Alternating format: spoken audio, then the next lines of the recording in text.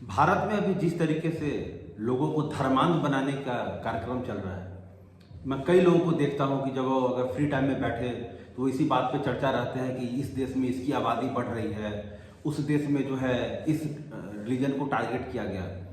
सबसे आश्चर्यजनक बात क्या है कि हम साल 2026 में हैं। अभी के टाइम अगर आप पूरे विश्व में देखें तो एक होड़ मचा है कि आर्टिफिशियल इंटेलिजेंस में कौन देश आगे चलेगा, रेयर अर्थ मिनरल्स पे कंट्रोल किस कंट्री का होगा, चिप्स कहाँ पे बनेंगे, सेमीकंडक्टर हाई क्लास कहाँ पे बनेंगे। माने पूरे अगर आप कई कंट्रीज का उठाए तो वहां पे इस बात का हो रहा है। भारत में किस चीज का टेंशन है? आज से 500 साल पहले क्या हुआ था, 1000 साल पहले उसने क्या किया था, कौन क्या खा रहा है, कौन क्या पी रहा है, टीवी पे क्या दिख रहा है। माने बहुत ही हैरानी का बात है। नरेंद्र मोदी के शासन में जो सबसे बड़ा नुकसान हिंदुस्तान का हुआ वो ये हुआ कि अभी के टाइम बहुत सारे लोगों का कोई साइंटिफिक टेम्पर नहीं है। अमेरिका के पास गूगल है, अमेरिका के पास अमेजॉन है, अमेरिका के पास बहुत सारी ऐसी कंपनीज हैं जिसने पूरे वर्ल्ड में उसकी साख को बढ़ाई, अरबों रुपए अमेरिका को कमा के दिए। आज भारत की आप स्थिति देख लीजिए, ना हम कोई ऐसा कार बनाते हैं जो हम पूरे दुनिया में बेच सके, ना हम सेमीकंडक्टर चिप्स बनाते हैं जो हम पूरे दुनिया में बेच सके, ना हमने 6th जनरेशन एयरक्राफ्ट चाइना की तरह बनाई है। बार बार ये बात उठता है कि आखिर डोनाल्ड ट्रंप हिंदुस्तान पे इतने कैसे हावी हो गए। और पहले तो उन्होंने 50% टैरिफ लगा दिया, फिर उन्हीं के प्रेशर के कारण भारत जो है ब्रिक्स का जो नौसेना का अभ्यास है उससे बाहर निकल गया। आखिर क्या बात है कि डोनाल्ड ट्रंप इतना ज्यादा हिंदुस्तान पे हावी हो जाता है। जितने भी एनालिस्ट हैं सब एक ही बात कहते हैं, डोनाल्ड ट्रंप को पता है कि भारत के पास कुछ भी ऐसा नहीं है कि जो अगर भारत उनको नहीं बेचे तो उनका काम नहीं चलेगा। अगर भारत उनको नहीं बेचेगा तो वो दूसरे कंट्री से मंगा लेगा। इसलिए अभी का जो नरेंद्र मोदी का जो पिछले 12 साल का सरकार उनकी बीजेपी की गवर्नमेंट रही, उसमें सबसे बड़ा देश का नुकसान वही हुआ कि एक जो साइंटिफिक टेम्पर होना चाहिए था, लोग बैठ के बात करते कि अच्छे क्या वर्ल्ड में बनाया जाए, क्या कोई नई कंपनी क्रिएट की जाए, एक जो नया चेतना होना चाहिए था। आप देखिए गेम्स के फील्ड में एक गोल्ड भी बड़ी मुश्किल से जीत पाया नीरज चोपड़ा, इस साल तो वो भी नहीं हुआ। 140 करोड़ की आबादी का देश है, एक गोल्ड मेडल हम ओलंपिक्स में नहीं ला पाते। तो कहने का ये मतलब है कि मेरा तमाम जो लोग जो सुन रहे हैं, और मेरा बस यही चीज कहना है कि आप नरेंद्र मोदी और बीजेपी के प्रोपेगेंडा में मत फंसिए। देखिए कि मशहूर इतिहासकार राम पुनियाई ने एक बात कहा है कि जिस देश के भी राजनीति में धर्म का मिश्रण हो जाता है उस देश की अर्थव्यवस्था बर्बाद हो जाती है। आप पाकिस्तान का उदाहरण देख लीजिए, 1970 1980s तक पाकिस्तान का बिजनेस ठीक था, बाद में जब रिलीजन ने टेक ओवर किया उसी के बाद से सारा गड़बड़ी उसका निकल गया, फिर मिलिटेंसी आ गई, सब कुछ आ गया। आप बांग्लादेश का स्थिति देख लीजिए, आज से 2 साल पहले तक हम बांग्लादेश के बारे में बात करते थे पर कैपिटा इनकम कैसा है।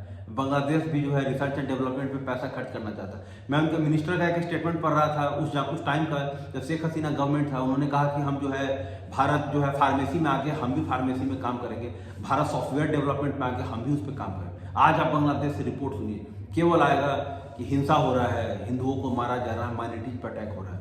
क्यों? वहां पे भी धर्म ने पूरा सब कुछ को कब्जा कर लिया।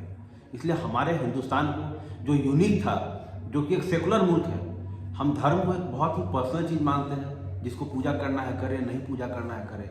लेकिन हमको भारत देश को पर कैपिटा इनकम में बहुत आगे ले जाना है, रिसर्च एंड डेवलपमेंट में बहुत आगे ले जाना है। इसरो नासा से क्यों नहीं ज्यादा फेमस हो, हमारा बॉलीवुड हॉलीवुड से ज्यादा उसकी बड़ी मार्केट क्यों ना हो, हम 50 गोल्ड ओलंपिक्स में क्यों नहीं जीते। हमें इन सब पे फोकस करना चाहिए। और सबसे बड़ा जो कमी है वो है रिसर्च एंड डेवलपमेंट का। हिंदुस्तान अपने जीडीपी का केवल 0.6% पैसा रिसर्च एंड डेवलपमेंट में खर्च करता है। इसलिए आप आइए अभी हिंदुस्तान में देखिए, आप बिहार में आइए, मैं भी पटना में बैठा हूँ, बिहार की राजधानी। एक भी आपको ऐसा कॉलेज बता दीजिए आईआईटी पटना को छोड़ के जो कि मैंने विश्व स्तर पर जाना जाता हो। वो भी आईआईटी पटना भी वर्ल्ड लेवल पे नहीं जाना जाता, क्योंकि वो आईआईटी का ब्रांड है तो इंडिया में फेमस है।